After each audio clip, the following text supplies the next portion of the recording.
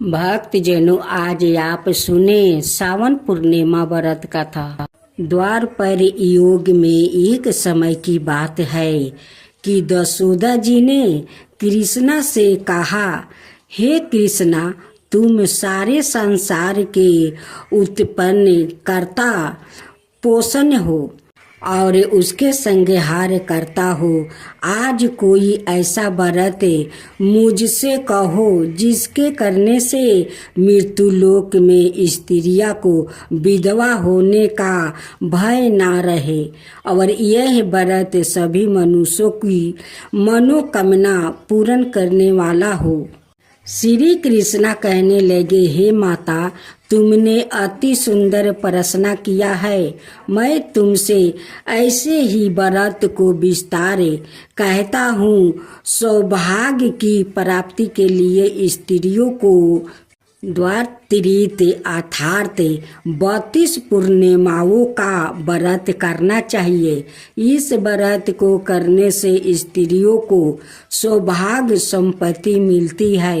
यह व्रत अचल सौभाग्य को देने वाला है। भगवान शंकर के प्रति मनुष्य मात्रा की भांति को बढ़ाने वाला है। दशोदा जी कहने लगी, हे कृष्णा, सर्वप्रथम इस व्रत को मृत्यु लोक में किसने किया था, इसके विषय विस्तार पूर्वक मुझसे कहो। श्री कृष्णा जी कहने लगे कि इस भूमिमंडल पर एक अत्यंत प्रसिद्ध राजा चंद्रहास से पालित अनेक प्रकार के रत्नों से परिपूर्ण कार्तिका नाम की एक नगरी थी। वहाँ धनेश्वर नाम का एक ब्राह्मण था और इसकी स्त्री अति सुशील रूपवती थी। दोनों ही उस नगरी में बड़े प्रेम से साथ रहते थे। घर में धन धनाए आदि की कोई कमी नहीं थी। उनको एक ही बड़ा दुख था, उनका कोई संतान नहीं थी, जिस वजह से वो बहुत दुखी रहते थे। एक दिन एक बार तपस्वी योगी उस नगरी में आया। वो योगी बाकी सभी घरों से भिक्षा मांगकर भोजन किया करता था, लेकिन उस ब्राह्मण के घर से भिक्षा नहीं मांगा करता था। एक दिन योगी गंगा किनारे भिक्षा मांगकर प्रेम पूर्वक खा रहा था कि धनेश्वर ने योगी को यह सब करते देख लिया। सब कार्य किसी प्रकार से देख लिया। अपनी भिक्षा अनादर से दुखी होकर धनेश्वर योगी से बोले, और सभी घरों से भिक्षा लेते हैं, परंतु मेरे घर की भिक्षा कभी नहीं लेते हैं, इसका कारण क्या है? योगी कहने लगा कि आपके धर्म हमें इस बात की आज्ञा नहीं देता है, क्योंकि अभी आप गृहस्थ जीवन में एक सुख से वंचित है। आपके घर संतान होने पर मैं आपके घर से भिक्षा स्वीकार कर लूँगा। उन्होंने कहा कि जिसे संतान नहीं है उसके घर से भिक्षा लेने से मेरे भी पतित हो जाने का भय है। धनेश्वर यह सब बात सुनकर बहुत दुखी हुआ और हाथ जोड़कर योगी के पैरों पर गिर पड़ा और दुखी मन से कहने लगा कि आप मुझे संतान प्राप्ति के उपाय बताइए। आप सर्वज्ञान है, मुझ पर अवश्य ही यह कृपा कीजिए। धन की मेरे घर में कोई कमी नहीं है, लेकिन मैं संतान ना होने के कारण अत्यंत दुखी हूँ। आप मेरे इस दुख का हरण कीजिए। यह सुनकर योगी कहने लगे, तुम डंडी की आराधना करो। घर पहुंचकर उन्होंने यह सारी बात अपनी पत्नी को बताई और खुद वन में चला गया। वन में पहुंचकर उसने डंडी की आराधना की और उपास की। चंडी ने 16 दिन उसको सपने में दर्शन दिया और कहा कि हे धनेश्वर, जा तेरे पुत्रा होगा, लेकिन उसकी आयु सिर्फ 16 बरस होगी। 16 बर की आयु में ही उसका मृत्यु हो जाएगी। अगर तुम दोनों स्त्री और पुरुष 32 पूर्णिमाओं को व्रत करोगे तो यह शीघ्र आयु हो जाएगा। जितनी तुम्हारा समर्थ हो उतने आचे के दिए जलाकर शिव जी का पूजन करना, लेकिन पूर्णमासी 32 होनी चाहिए। सुबह होती ही तुम्हें इस स्थान के पास एक आम का पेड़ दिखाई देगा। उस पर चढ़कर एक फल तोड़कर अपने घर चले जाना। अपनी स्त्री का इस बारे में बताना। सुबह स्नान होने के बाद वो स्वच्छ होकर शंकर जी का ध्यान करके उस फल को खा लिया। तब शंकर भगवान की कृपा से उसको गर्भ हो जाएगा। जब ब्राह्मण सुबह उठा तो उसे उस स्थान पर आम का पेड़ दिखाई दिया और वो उस फल को तोड़ने के लिए चढ़ा, लेकिन वहाँ पेड़ पर चढ़ नहीं पा रहा था। यह देखकर उसे बड़ी चिंता हुई।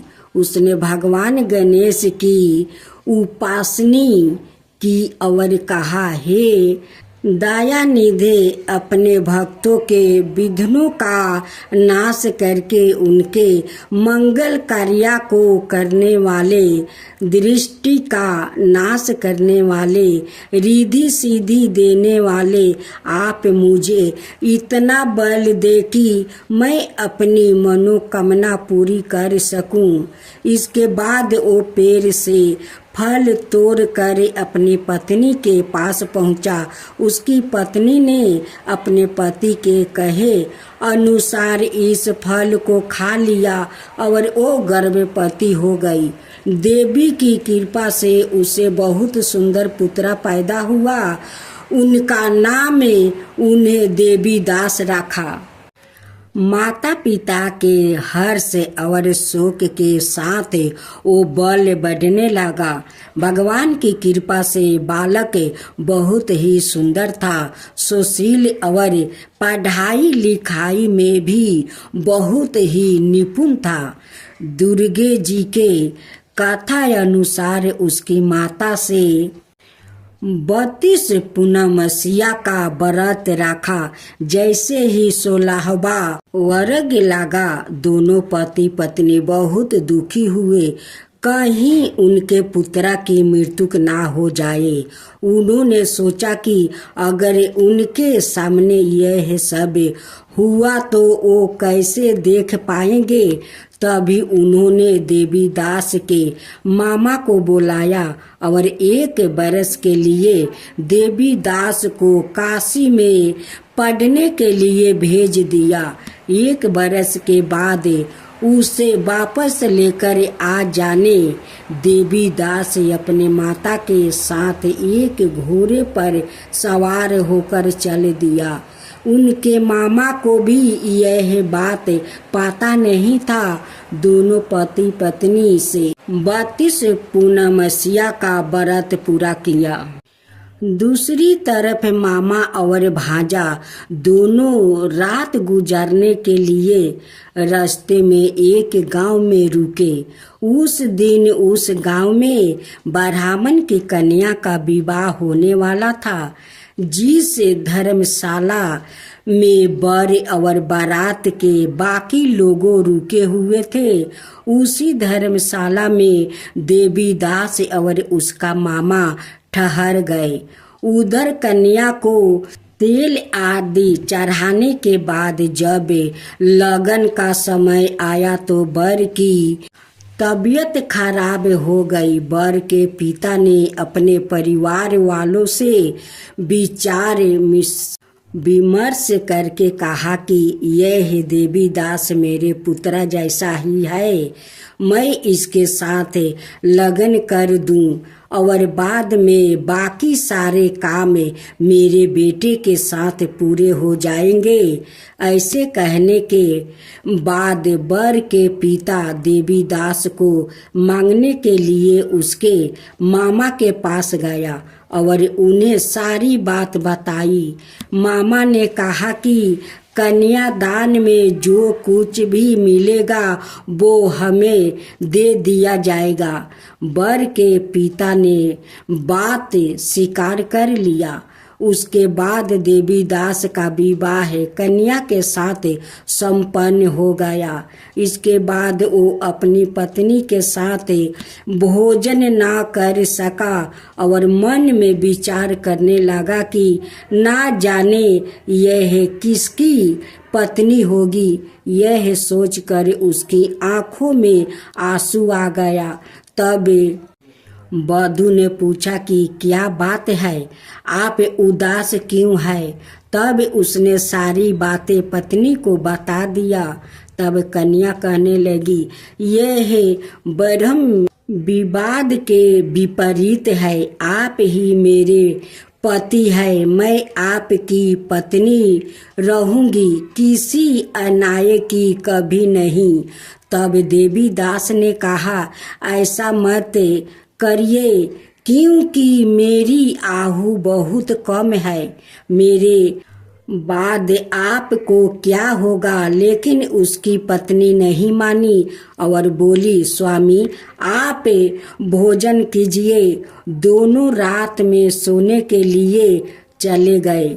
सुबह देवीदास ने पत्नी को 4 नागों से जोड़ी एक अंगूठी दिया और एक रुमाल दिया और बोला कि हे प्रिया, इसे लो और संकेत समझ कर अस्थिर चित हो जाओ।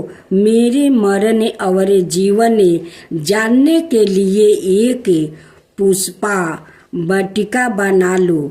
उसमें सुगंधी वाली एक नौ मलिका लगा लो। उसको प्रतिदिन जल से सींचा करो और आनंद के साथ खेलो कूदो। जिस समय और जिस दिन मेरा प्रांत होगा उस दिन यह फूल सूख जाएगा। जब यह फिर से हरे हो जाए तो जान लेना मैं जीवित हूँ। यह समझ कर वो वहाँ से चला गया। इसके बाद जब वर और बाकी बारातियों मंडप में आया तो कन्या ने उसे देखकर कही कि मेरा पति नहीं है, मेरे पति वो है जिनके साथ रात में विवाद हुआ था, उसके साथ मेरा विवाह नहीं हुआ है। अगर यह वो ही है तो यह बताए कि मैंने इसके क्या दिया है।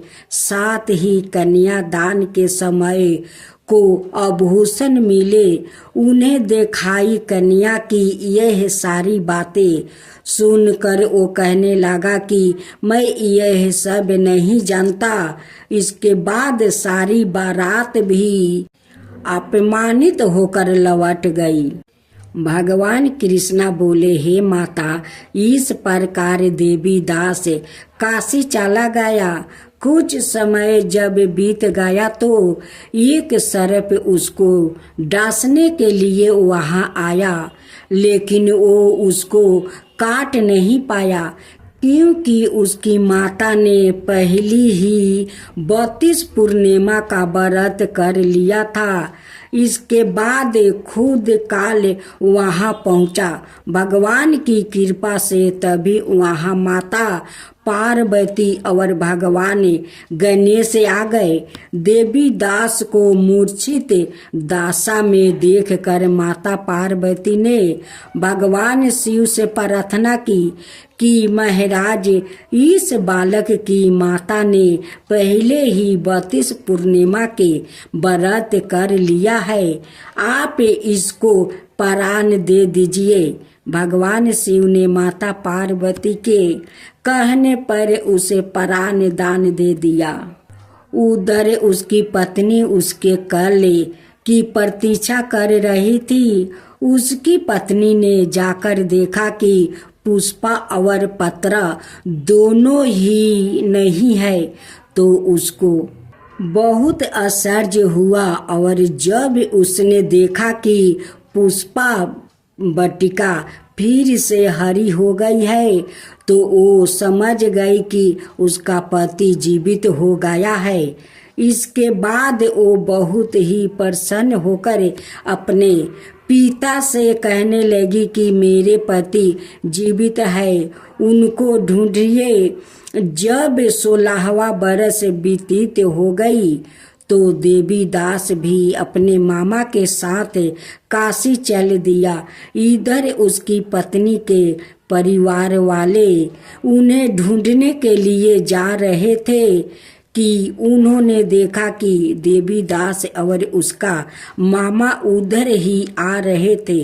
उसको देखकर उसके ससुर बहुत प्रसन्न हुआ और उसे अपने घर ले आया। वहाँ सारा बगर इकट्ठा हो गया। कन्या ने भी उसे पहचान लिया। देवी दास ने इसके बाद अपनी पत्नी और मामा को लेकर वहाँ से चल दिया। उसके ससुर ने भी उसे बहुत धन दहेज दिया। जब वो अपने घर की तरफ चल रहा था तो उसके माता पिता को लोगों ने खबर कर दिया, तुम्हारा पुत्र देवी दास अपनी पत्नी और मामा के साथ आ रहा है। ऐसा समाचार सुनकर पहले तो उन्हें विश्वास नहीं हुआ, लेकिन जब देवी दास आया और उसने अपने माता पिता को पैर छूकर तो देवी दास के माता पिता ने उनका माथा चूमा और दोनों को अपने सीने से लगा लिया। दोनों के आने की खुशी में धनेश्वर ने बहुत दान दक्षिणा ब्राह्मणों को दिया।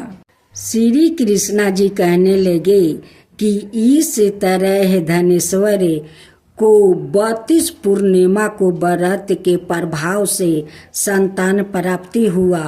जो स्त्रियां इस व्रत को करती है वो जन्म जन्मांतरों तक विधवा का दुख नहीं भोगती है और सदाए सौभाग्यवती रहती है।